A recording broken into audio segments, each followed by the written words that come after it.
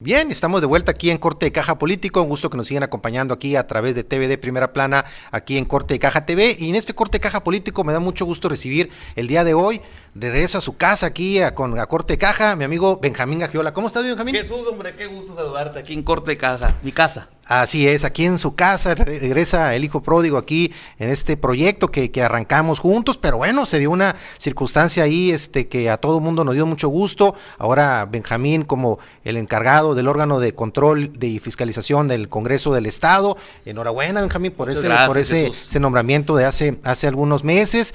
Pero bueno, el día de hoy no llega con la cachucha de contralor, o llega con la cachucha de historiador, porque obviamente sabemos que Benjamín tiene una gran trayectoria también el tema de historia, fue presidente de la Sociedad Sonorense de Historia y pues ya muchos años también en ese tema, pero de entrada, aunque después platicaremos sobre el tema, ¿cómo te ha ido, Benjamín, en estos meses ahí muy bien en el Congreso del Estado? Muy bien, Jesús, con el gusto de estar aquí como siempre, estimados compañeros, tele y radio escuchas. Efectivamente, en el Congreso del Estado estamos ahí a partir de noviembre del año pasado, una responsabilidad pues que nos honra y nos compromete también, construyendo un Congreso más abierto. Por eso llegó el Parlamento abierto ahí, ya lo platicaremos.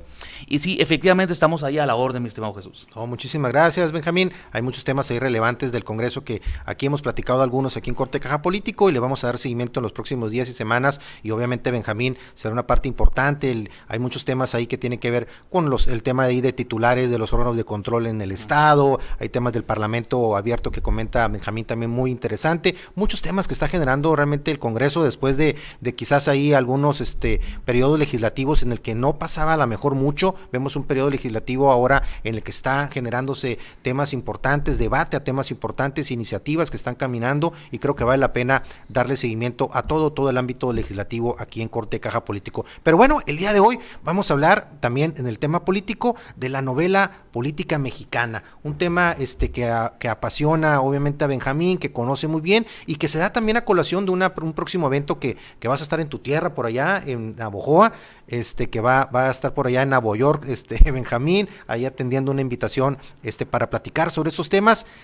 ¿Qué es lo que contempla bajo tu óptica este tema que tanto te apasiona y que platicarías en unos días más allá en la ciudad de Navojoa? Fíjate, Jesús, que hablar de la novela política es hablar de un trampolín, de un instrumental, de una ventana para tratar de entender lo que es la cosa política, el sistema político, el régimen, las tripas de la política, la mecánica, la ingeniería, los objetivos, los valores, los antivalores y todo lo que puede orbitar alrededor de lo político en México.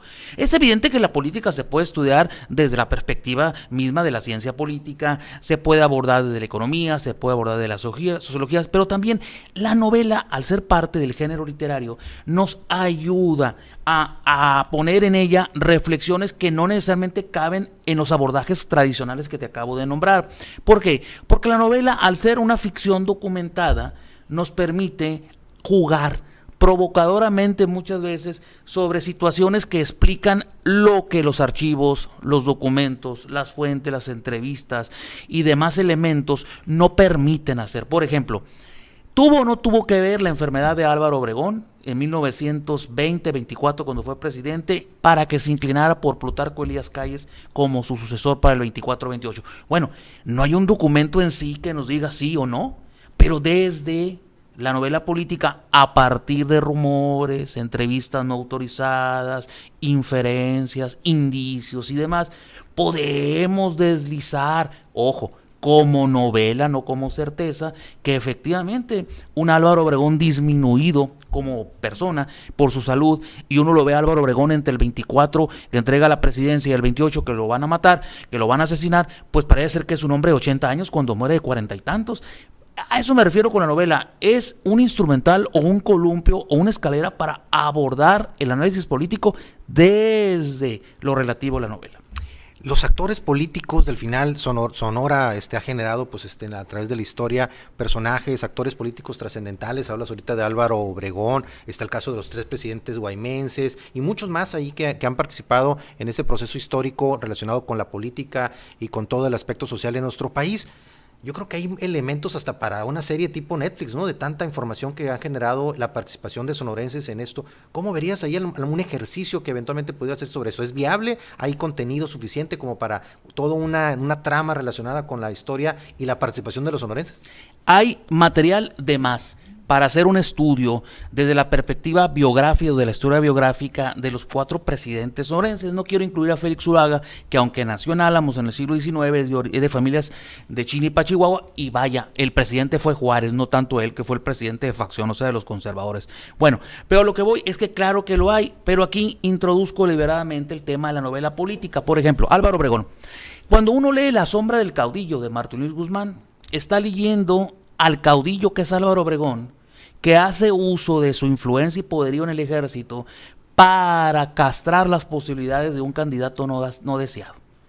¿Qué estamos hablando? Del ejército como una institución política dentro del sistema, del presidencialismo mexicano, de los intereses bastardos o muy poco genuinos de los generales.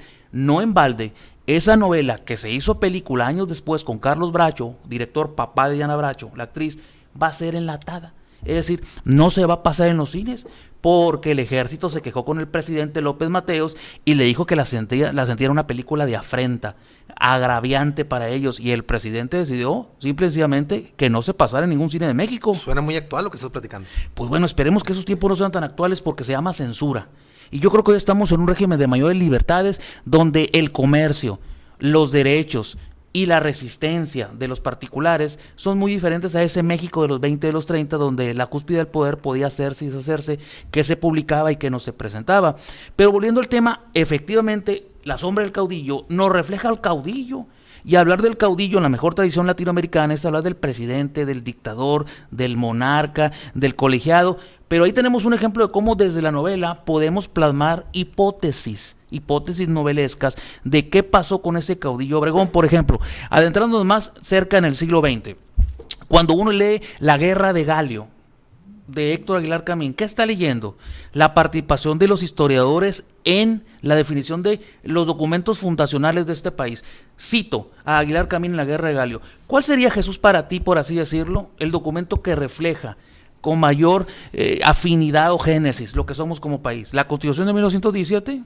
¿Podría ser? Bueno, en el libro nos reflejan, según el autor, las memorias de López de Santana, que nos refleja como el país que éramos en el 19. Ahora, cuando también lee uno a Aguilar Camín, y estoy hablando de novela política, en lo que es Morir en el Golfo, ¿de qué está hablando la novela? Del sindicalismo mexicano en la zona de la Huasteca petrolera, con sus caciques sindicales, la quina, acuérdate que va a llegar su imperio hasta Salinas de Gortari, en el marco de la petrolización de la economía mexicana. Tenemos ahí realidades de la historia de la ciencia política noveladas. En la novela podemos hacer planteamientos y supuestos. En la ciencia política y en la historia no necesariamente. Por eso la novela hace clic o se embona con el estudio de la política, porque desde la novela nos permite provocadoramente, con todo respeto, deslizar situaciones. Tercero, uno lee La costumbre del poder, los 3-4 libros de Luis Espota, ¿y qué está leyendo uno? La mecánica sucesoria del presidente de la República. Y debo decirte que muchos de los personajes que ahí están plasmados en esa novela, desde Marat Zavala, que no fue el candidato, que era Moya Palencia con Luis Echeverría y fue Portillo el Betecido, son personajes reales a quien Luis Espota, casado con una muchacha aquí de Uruchurtu de Villeceris, les cambió de nombre. Eso a mí me lo testiguó un exgobernador de Sonora ya fallecido, muy amigo de Luis Espota, a quien Luis Espota se le reconoció, sí, eres tú, pero con otro nombre. Fíjate, sí, no, es que al final lo que es la trascendencia, ¿no?, de la historia, de cómo la novela política toma estos pasajes, pues a lo mejor libres, pero muchos de ellos basados en hechos reales, con personajes reales, y que de alguna otra forma lo que llama mucho la atención, Benjamín, ahorita para ahondar más en ese tema, es de que muchas veces la historia tiende a repetirse, ¿no? Son estos ciclos muchas veces interminables, parecería déjà vu que hay de diferentes temas. Hablabas ahorita del tema, por ejemplo, de los militares, hablas del tema, por ejemplo, de la sucesión presidencial, hablabas del tema, por ejemplo, que tiene que ver con lo que sería la sucesión del poder en general.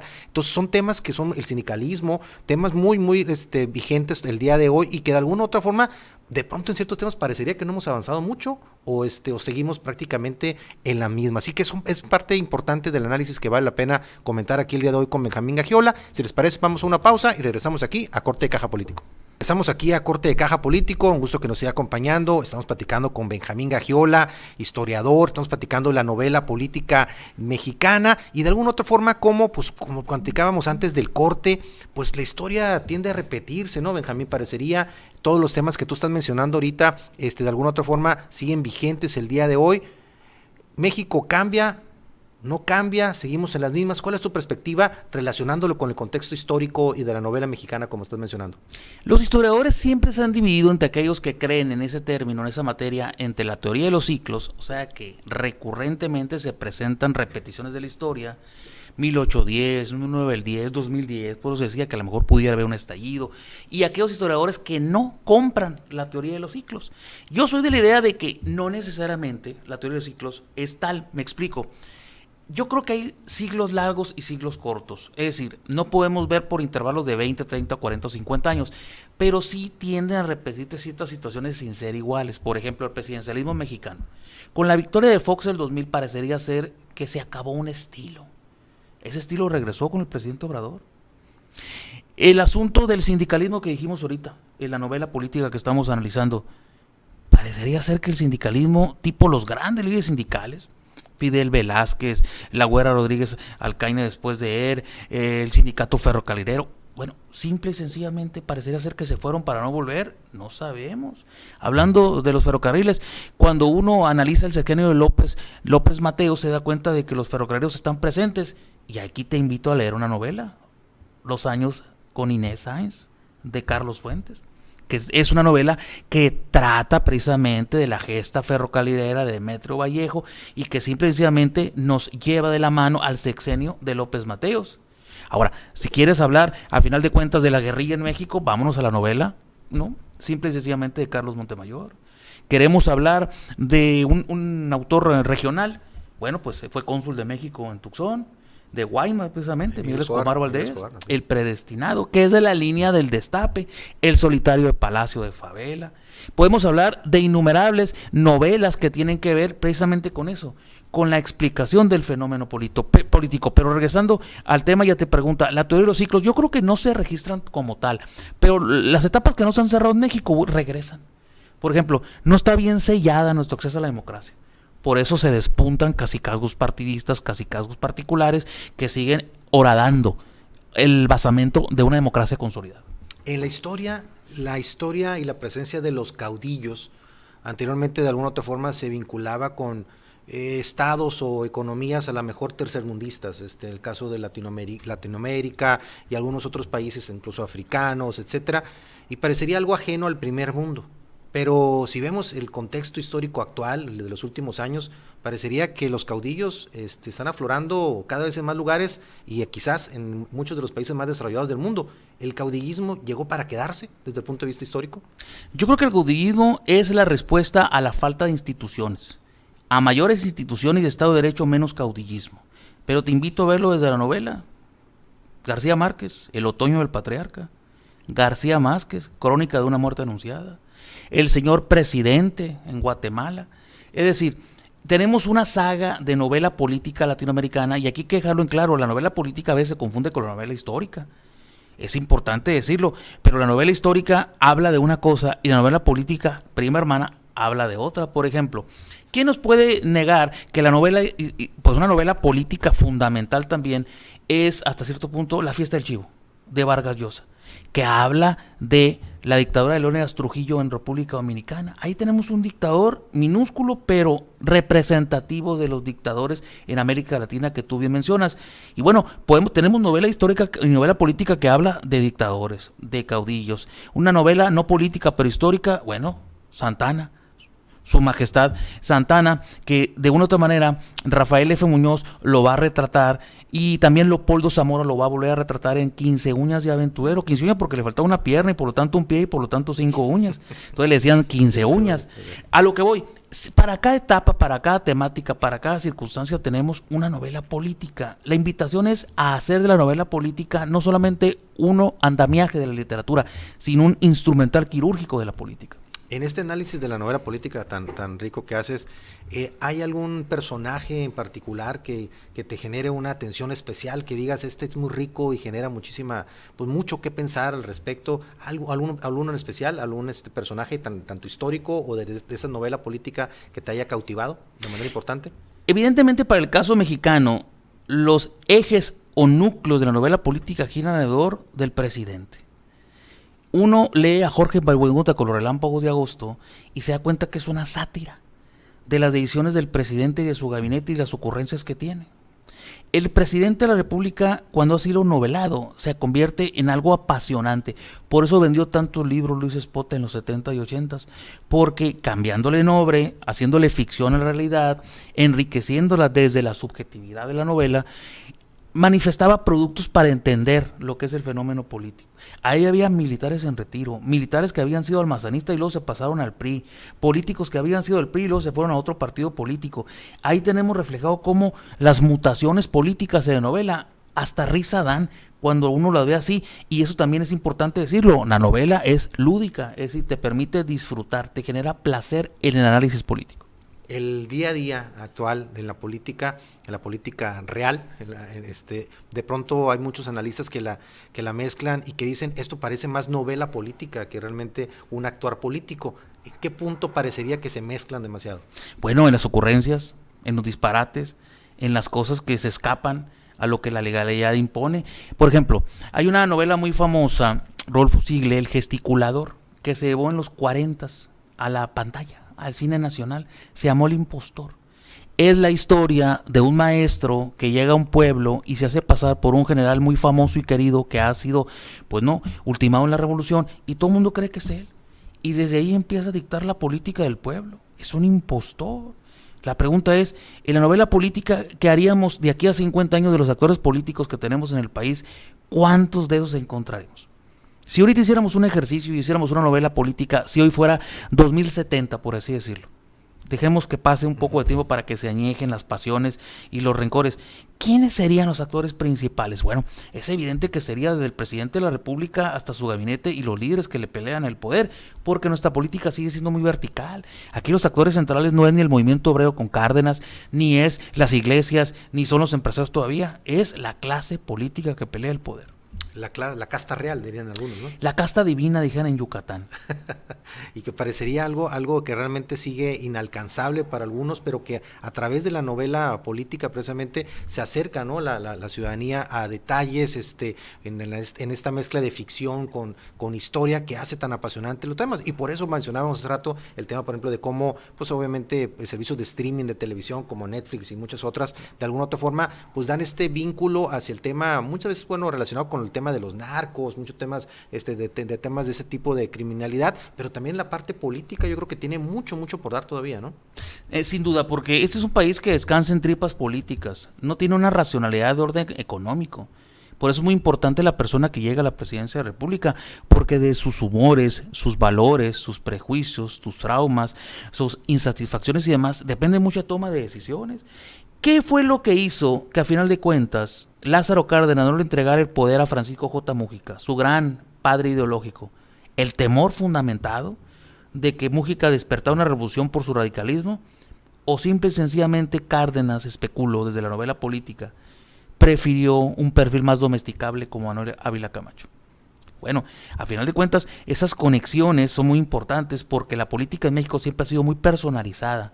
Cuenta mucho lo personal, es decir, somos amigos, nos tenemos confianza, hemos hecho negocios juntos, estamos emparentados, tenemos afinidades en ciertos temas. Eso cuenta mucho y hay países donde eso cuenta poco. Exacto. Pues muy interesante estos temas, Benjamín. Creo que va a estar muy interesante este evento en Navojoa. Platícanos ahí ya que nos están allá haciendo señales allá en cabina, Sebastián, los detalles del evento que estaría próximo en Navojoa, qué día es, cómo está contemplado todo el programa. Es el día de mañana, a una invitación que mucho agradezco de la Canaco y de otras instituciones como el Tecnológico Sur del Estado, Campus Navojoa y el Seminario de Cultura, a llevarse a cabo en el edificio de la Canaco en Navojoa, Sonora, a partir de las 19 horas, mañana martes 5 de julio. pues ahí está la invitación, Benjamín Gagiola, créame que va a estar muy, muy interesante el tema, ya estamos aquí platicando, ya adelantando algo de los temas que vamos a ver el día de mañana, y apasionante definitivamente, se nota que te apasiona también a ti, aparte Benjamín, estos temas, vamos a seguir comentando también de esos temas relacionados con la faceta de historiador de Benjamín, y también la faceta política, lo vamos a cambiar también de cachucha en alguna otra ocasión, pero Benjamín, te agradezco mucho que nos hayas acompañado el día de hoy aquí en Corte de Caja Político, muy interesante todos los temas que estás aquí desglosando, y creo que pues la realidad a veces supera la ficción. Sin duda, kafkiano el país. Así es, muchísimas gracias, Benjamín. Gracias a ti, Jesús. Y gracias a ustedes por acompañarnos Saludos. en este corte de caja político. Esperamos el día de mañana con el corte de caja negocios y bienes raíces. Y como siempre, desearles a todos ustedes, sus familias, mucho éxito y adelante. Muchas gracias por acompañarnos.